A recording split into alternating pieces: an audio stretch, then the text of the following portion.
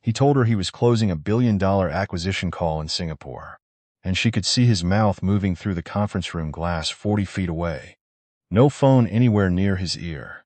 His hand resting on the small of a woman in a red dress, who was not his wife. His voice on the line was warm and steady. The same voice that had closed deals for 15 years. The voice that made boards of directors trust him with their companies. "Babe, I'm so sorry. The call's running long. You know how the Singapore office gets when the numbers don't line up. I'll be home by 10, I promise." Behind his voice she could hear laughter, glasses clinking, the unmistakable hum of a hotel bar 3 floors below where she was standing.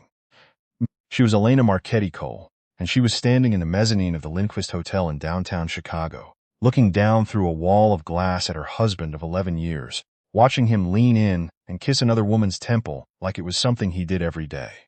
Maybe it was.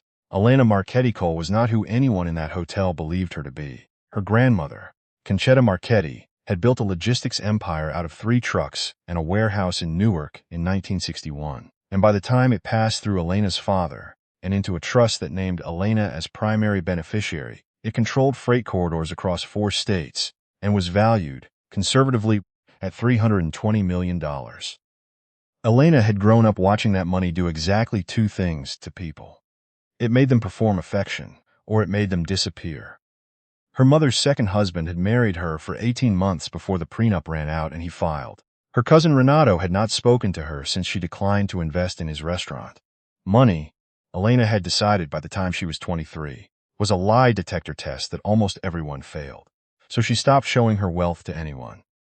She kept her name off the family foundation's public material. She worked an ordinary job as a project coordinator for a mid-sized architecture firm, drove a 6-year-old Honda, paid her own rent on a 1-bedroom apartment in Logan Square, and told no one, not coworkers, not friends, not the men she dated, that the trust attorneys sent her quarterly statements that made her rent look like a rounding error.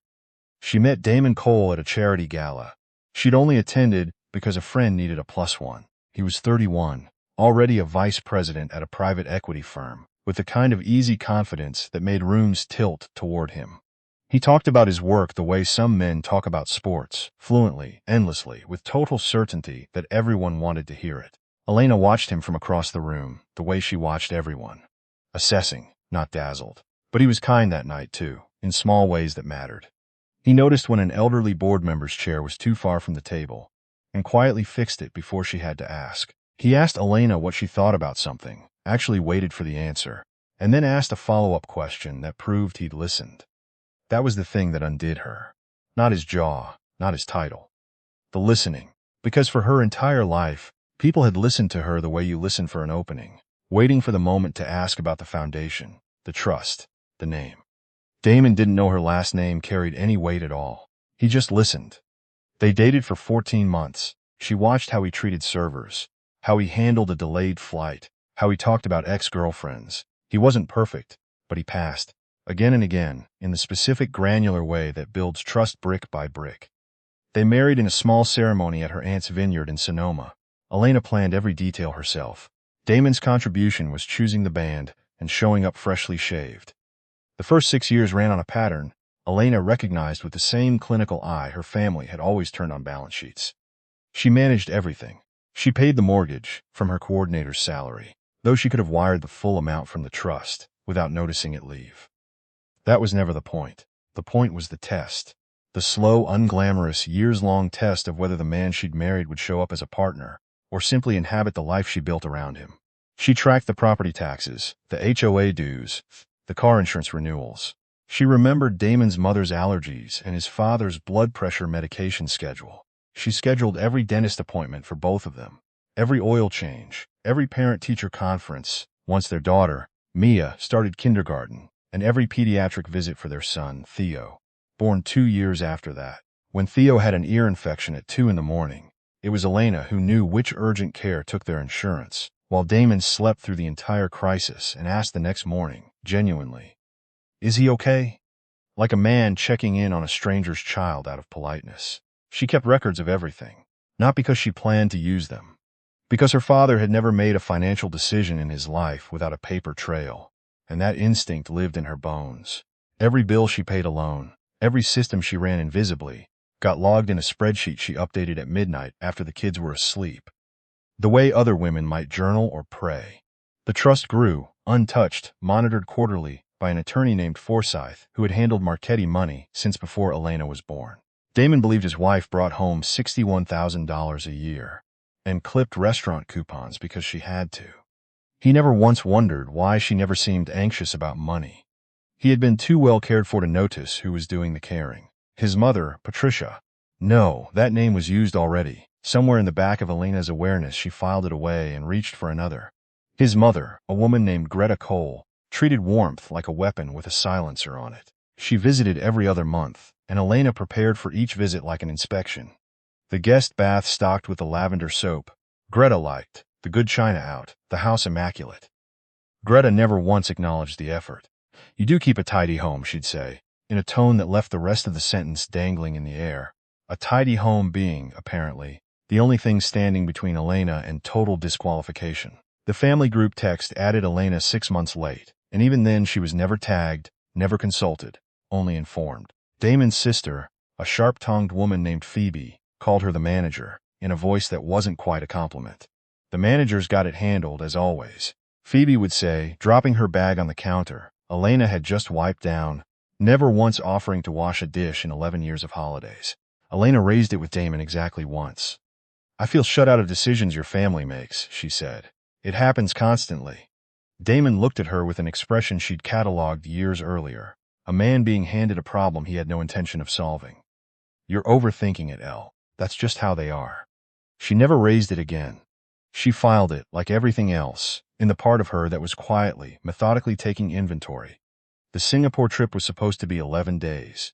Elena had been in Phoenix the entire time for a regional conference, sleeping in a hotel room that smelled like industrial carpet cleaner, calling Damon every evening at 7. He picked up most nights, sounded normal, mentioned the kids, said his assistant was handling the time difference fine, said everything was under control. On the last night, she confirmed her return flight. "Landing at 6:15, O'Hare, Terminal 2, she told him. "Mia's made a sign." He laughed and said he'd be there himself. No nanny, no Uber. He'd come straight from the office. Her flight landed early. She texted him from the gate. Nothing. She called from baggage claim. Voicemail. She called again, standing at the curb with her suitcase, watching other families reunite around her, watching strangers run into each other's arms. He picked up on the 6th ring. "Babe, I am so sorry. I got pulled into back-to-back calls. The Singapore acquisition is a mess right now. Can you just grab a car and I'll make tonight up to you? I promise." His voice was smooth, fluent, rehearsed, the voice of a man performing script, not living a crisis. Elena stood at the curb and listened past his words to the sound behind them. No echo of a conference room, no muffled translator. She heard glasses clinking, low laughter, a bartender calling out a drink order. She knew that sound. It was a hotel bar. She had been in enough of them with him over the years to recognize the particular acoustic of marble floors and a piano somewhere in the background. He wasn't in Singapore. He was somewhere close. Possibly very close. "Okay," she said, and hung up, and got into the car she'd called herself. The Lindqvist was the hotel where Damon's firm always put up visiting partners. She knew this because she'd booked his trips there herself for years, back when she still did things like that for him out of habit and love. On a hunch. She couldn't fully explain. She had the driver take her there instead of home. She stood in the mezzanine for nearly 6 minutes before she let herself look down through the glass at the bar below. And there he was. Damon Cole, in the navy suit she'd had tailored for him for their anniversary. No overnight bag in sight, no jet lag, hair freshly cut, sitting at a low table with a woman in a red dress who looked to be in her late 20s, his hand resting at the small of her back like it belonged there. Elena watched him lean in and kiss the woman's temple. She watched him laugh at something she said. Head tipped back, completely at ease, completely unafraid of being seen. Because why would he ever imagine his wife standing 40 feet above him in a hotel he'd flown 3 states to avoid? She didn't cry. She didn't shake. Something moved behind her eyes that wasn't pain exactly, and wasn't rage exactly. It was older than both. It was the particular dangerous clarity that arrives when a woman who has spent years making herself smaller remembers, all at once, exactly how large she actually is. She didn't take a photo. She took out her phone and called a number she hadn't dialed in 3 years. "Forsyth," she said. It's Elena. I need the discretionary fund activated, full authority, and I need the real estate team ready to move by Monday. There was no hesitation on the other end. Of course, Mrs. Marchetti Cole. Welcome back. Damon came home 5 days later, tanned from a stopover. He claimed his firm had insisted on, smelling faintly of a cologne Elena didn't recognize. He found her at the kitchen table with a cup of tea and a manila folder, waiting the way a person waits who already knows exactly how the conversation will end. There you are, he said, opening the fridge, cracking a beer. How was Phoenix? Educational, Elena said. How was Singapore? Brutal. The acquisition almost fell apart twice. I'm wrecked. Which nights were the calls? You always tell me because you log your billable hours. He paused with the beer halfway to his mouth. What? The calls that ran late. Which nights? A beat too long passed before he answered. I don't remember exactly. Tuesday, maybe. Thursday. She opened the folder. Inside was a single page. A hotel reservation under Damon's name at the Lindquist. 4 nights. 2 guests listed for room service. A name beside his that wasn't hers, Ashley Renfro. She turned it to face him. His expression moved from confusion to recognition to fear in under 3 seconds. I was on the mezzanine, Elena said, her voice level, controlled. The voice of a woman who had spent 11 years managing her tone for other people's comfort and was now using that exact skill for an entirely different purpose. I watched you order drinks. I watched your hand on her back. I watched you kiss her temple in the suit I had tailored for our anniversary. The kitchen went silent, except for the refrigerator's hum and the dog, a rescue greyhound named Biscuit, shifting in her bed by the back door. Alina, I can explain. You can't. But I can. She laid out a second document, then a third, then a fourth. A credit card statement with dinners for 2 at a restaurant she'd never been taken to. A jewelry receipt for a bracelet dated 2 weeks before her birthday, on which she had received nothing. A hotel charge from a business trip to Denver that, according to his firm's own travel records Forsyth had quietly obtained, never happened. This has been going on for at least 14 months, Elena said. The trail is very clean. You were never careful, Damon. You just married a woman careful enough for both of us. His hands were shaking around the beer bottle. It was a mistake. A stupid, terrible mistake. 14 months of mistakes isn't a mistake. That's a second life. She closed the folder, placed her palms flat on the table, and looked at him in a way she hadn't allowed herself to in over a decade, without the mask. Not the patient wife, not the efficient manager, not the woman who absorbed and adjusted and smiled through her own erasure. She let him see the woman underneath. I want a divorce. The filing goes in Monday. You can use the guest room until then. We have 2 kids, Elena. We can work through this. We have 2 kids. That's the only reason this is happening at a table instead of through lawyers. She stood, picked up the folder, and walked toward the stairs. Elena, wait, please. I'll end it with her. Tonight. She stopped in the doorway without turning around. You should know something before you start planning your next move, Damon. I am not who you think I am. I never have been. She climbed the stairs, closed the bedroom door, sat on the edge of the bed, and breathed for 30 seconds with her eyes shut. Then she opened her laptop and sent 3 emails. 1 to Forsyth, 1 to her personal account, 1 to an acquisitions team she hadn't needed in years. The game had already started, and Damon had no idea what board he was playing on.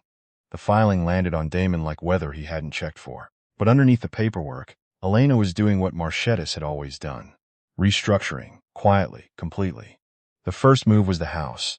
The down payment had come from a personal account funded by trust income, fully documented, and her attorneys filed a motion establishing her disproportionate contribution to the property, before Damon's lawyer had finished his first coffee that week.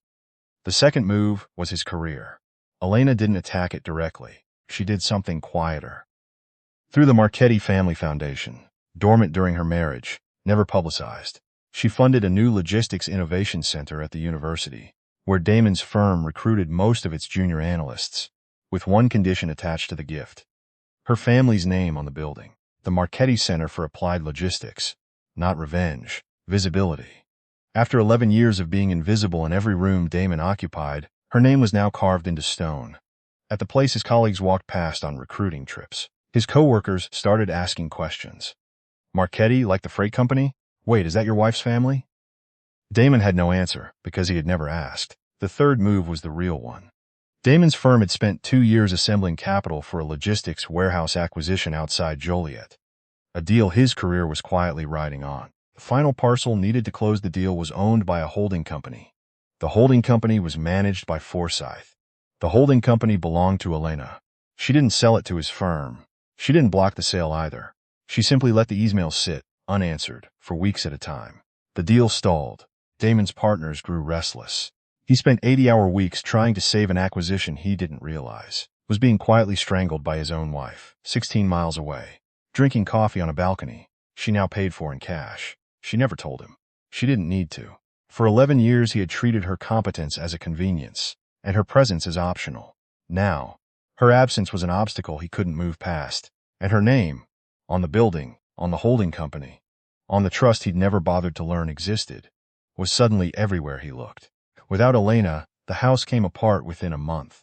The internet was shut off because the account was hers. The mortgage payment bounced because Damon didn't know the login. Theo missed a dentist appointment nobody had rescheduled. Biscuit's vet visit lapsed. Greta came to help and lasted 9 days before she called Phoebe in a voice Phoebe later described as shaken. She was running everything, Greta said. I had no idea. The accounts, the schedules, all of it. She was always a bit controlling, Mom, Phoebe said. No, Greta said. She was the only competent person in this family, and we treated her like staff. It was the most honest thing Greta Cole had said about her daughter-in-law in 11 years, and it changed absolutely nothing, because it came 4 months too late and to the wrong person entirely. Ashley Renfro lasted 5 months. She'd fallen for the version of Damon that Elena had built.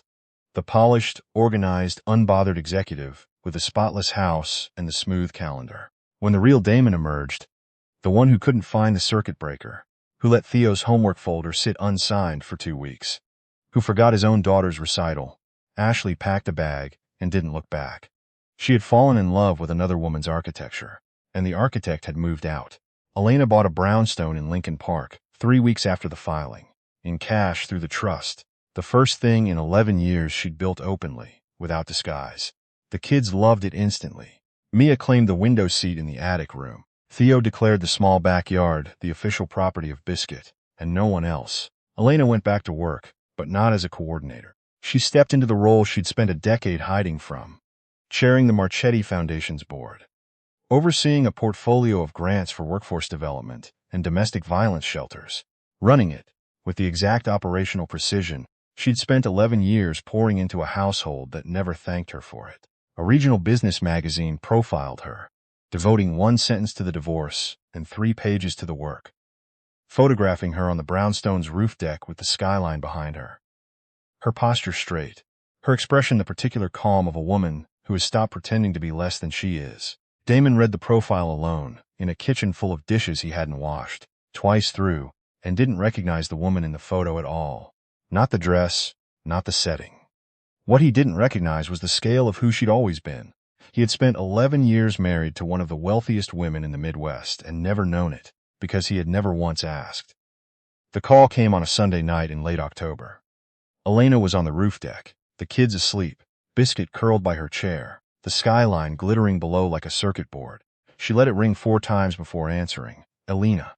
Damon's voice was different now. No performance left in it, just the flat sound of a man standing in wreckage he'd never learned to build anything from. I need to see you. Not lawyers. Just you. There's nothing to discuss in person. I know about the trust. I know about the foundation. I know who your family actually is. You know now, she said, watching the river catch the last of the light. You didn't know for 11 years because you never asked. You never asked how the mortgage got paid, or why a woman who made $61,000 a year never once panicked about money. You never asked because you weren't curious about me. You were comfortable with what I provided. That's not fair. It's exactly fair. You spent 11 years calling me controlling while living inside a life I controlled completely. You let your mother shut me out, and your sister mock me, and you let another woman into a suite you charged to a card I would eventually see the statement for. And now you're calling because you finally Googled your own wife's maiden name. Silence stretched on the line. My mother wants to apologize. Your mother wants access. Those aren't the same thing. Phoebe asked if you'd connect her with someone at the foundation. She wants to start a nonprofit. Elena almost smiled, the kind that never quite reaches the mouth. Tell Phoebe the foundation's contact form is on the website. She can apply like everyone else. Elena, please. I'm losing the Joliet deal. My partners are pulling out. The holding company won't even return our calls." She let the silence hold for 5 full seconds before she answered. "The holding company won't return your calls, Damon, because the holding company is mine. That parcel has been in my family's portfolio for 9 years. You've spent 4 months trying to buy land from your own wife and didn't know it, because in 11 years of marriage, you never asked me a single real question about who I actually am." She could hear him breathing, uneven, on the other end. "I'm not going to sell it to you," she said. "I'm not going to block it forever either. I'll list it at fair market value, and if your group can qualify like any other buyer, you're welcome to bid. You won't get a discount. You won't get a phone call. You won't get anything you haven't earned." She paused. "You let your sister call me the manager for 11 years like it was a joke. You let your mother decide I wasn't really family. You let a woman in a red dress believe she was kissing a man instead of a man's wife's entire life's work. And you never once looked down to see who was holding all of it up." Her voice never rose. It carried out over the dark water with the full weight of 11 years and $320 million. And a woman who had chosen for a very long time to be small and had finally chosen to be exactly her size instead. "I hid what I had because I wanted to be loved without it," she said. "I found out I wasn't loved at all. That's the answer to the question you never thought to ask." She ended the call, set the phone face down on the table, and picked her coffee back up. Looking out over the city she had quietly owned pieces of her entire adult life. The city Damon had built a career in, without ever realizing whose ground he was standing on. On a Tuesday night in December, a year and a few weeks after the night at the Lindqvist, Elena sat on the roof deck, wrapped in a blanket she'd bought herself the week she moved in. The first openly expensive thing she'd owned without apologizing for it. She opened her phone and scrolled to a folder she'd created the night she stood on that mezzanine. Not photographs, documents. The hotel reservation, the credit card statements, the jewelry receipt, the entire architecture of evidence she'd built with the same precision she brought to everything. The divorce was final. Custody was settled. The house was sold. The Joliet parcel was under contract to a buyer who wasn't Damon. The foundation was funding 3 new shelters. Her children were safe and growing and learning exactly what it looked like when a woman built a life with her own hands and put her own name on it. She selected the folder. She pressed delete. The phone asked her to confirm, and she did, and the folder disappeared, leaving her camera roll behind it. Mia on the porch swing. Theo asleep with paint still on his hands. Biscuit stretched out in a patch of afternoon sun. The skyline at dusk from this exact chair. The foundation's name in brass catching morning light through a glass entrance she'd walked through that week, as its chair, not its donor. She closed the phone and thought about the mezzanine. Not the betrayal, but the moment itself. Standing above the bar, looking down at her husband's entire other life, laid out like a blueprint she hadn't drawn. And instead of breaking, instead of pressing her hands to the glass and shattering, she had called Forsyth. She had stepped back into the life she'd spent a decade hiding from. Not out of cruelty, but out of recognition. The recognition that the woman she'd been pretending to be was smaller than the woman she actually was, and the pretending had never protected her. It had only made her invisible to the people she'd been trying to love. She wasn't invisible anymore. Her name was on a building. Her money moved markets she'd never bothered to mention at dinner parties. Her children slept safely under a roof she owned outright. Her dog was at her feet. Her foundation was funding the kind of safety she hadn't had a name for, until she'd had to build it herself. She had tested love against anonymity, and learned that love without curiosity isn't love at all. It's consumption. Damon had consumed 11 years of her labor without once wondering about the woman performing it. His mother had consumed her hospitality. His sister had consumed her effort. Ashley had consumed the residue, the polish, the life Elena had built and never gotten credit for. The architect was home now, on her own roof, under her own name. The wind moving through the herbs she'd planted in the railing boxes the week she moved in. A plane crossed overhead, lights blinking against the dark, carrying people who might or might not be lying to someone on the phone right now. Elena watched it pass, pulled the blanket tighter, and breathed in the cold air and the particular, irreplaceable quiet of a woman who no longer has to pretend to be anything other than exactly what she is.